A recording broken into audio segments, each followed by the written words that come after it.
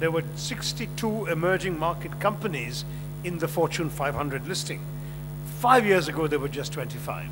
So you can see that there's been some very, very important changes. In fact, Goldman went on to say that China may overtake the US as the world's largest economy by the late 2020s. I still think that we'll have to look at the numbers more carefully in that time, but the late 2020s is still almost 2 decades away, and it's not impossible. Goldman even says that India will overtake the US economy by 2050. There I'm a little more skeptical for all sorts of good reasons we can talk about.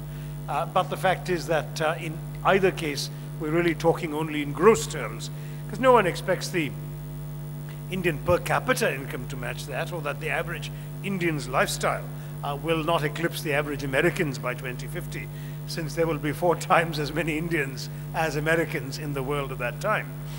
But the fact is, China's per capita income has been growing up in galloping terms, and it's not impossible that they could one day get there. Now, all of this, like all forecasting, makes a lot of assumptions. And one of the key assumptions made by Goldman in the first decade of the 21st century was that the Chinese and Indian growth rates of 8 to 10% a year would just continue. And as we know from our own experience, that is not entirely justified. The Chinese have been able to manage to stay above 8. We've just revised our estimate to 6.9% for the current fiscal year, and many are revising it further downwards. But the truth is that both China and India have multiplied their per capita income levels many, many times over since 1950. And they've done so far faster in recent years than Britain or the US did after their industrial revolution. So the idea, therefore, that China and India could triple their current economies in the next 15 years is not implausible to most economists, not even to the World Bank, judging by their annual assessment of global economic prospects.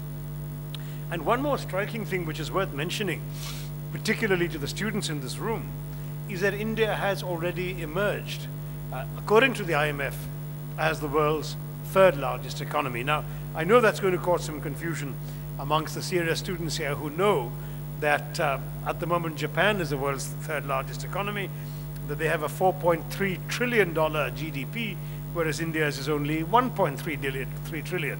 So how can we overtake Japan, you may reasonably ask? Well, this measure of the IMF is on purchasing power parity, PPP. What you can get for $1 in India is very different from what you can get for that same dollar in Japan. So in PPP terms, our 1.3 actually is 4.06. Still behind Japan, but this fiscal year, Japan is not going to grow. After the tsunami, the earthquake, the Fukushima disaster, they're actually going to not only have 0, they might even have negative growth in this fiscal year. Whereas even in our downward revised projections, we will grow at 6.9%, and therefore in PPP terms, we will overtake Japan to become the world's 3rd largest economy. Now that's a huge deal, and it comes at a time when the proposals for the 5th 5-year plan, I beg your pardon, the 12th 5-year plan are coming out right now, and it projects a growth rate of 9% between 2012 and 2017. That may seem unduly optimistic these days, but we did hit 8.2% during a global recession in the 11th 5-year plan, so anything is possible. I don't want to waste too much more time on numbers, even though I was told the students here want some serious stuff they can take back to their examinations. But I still want to make the larger point that, and with some confidence, that India, whatever is happening, will continue to prosper and pull more millions out of poverty than we have ever done. That our companies will compete effectively with Western companies for business, that they will purchase foreign companies and assets, they'll expand their trade and overseas investments, they will invent and develop new technologies, and they will displace more economic weight around the world. As a result, India will inevitably demand more authority in the international system, and though I'm not going to talk about that much in my talk, I'm very happy to answer questions on India's global role during our Q&A to follow. China may well go beyond that and be the country that strips the United States of its current designation as the world's sole superpower. That adjective sole is not going to be there in perpetuity. But let me stress that this would still only be a partial reversion to a historical state of affairs. According to the late British economic historian Angus Maddison, back in 1820, India and China together accounted for half of the world's total economic output. India had about 23% of global GDP, China nearly 27%. And if you go back earlier, our percentage was even higher. Neither of us is close to those numbers today, and even the most optimistic projections of our rise do not see our two countries accounting for 50% of global GDP in the 21st century. It's not going to happen. So, though there has been a genuine shift in global economic power, it would not bring these two countries back to the position that they occupied just 2 centuries ago. Yet, we are increasingly hearing about India providing sort of global leadership in these turbulent times, to borrow the phrase used by the organizers of this 20th anniversary conclave of IMA. I have to say that I'm a little skeptical of that term, and I'm not going to use it too much in the course of this talk. I'll tell you why.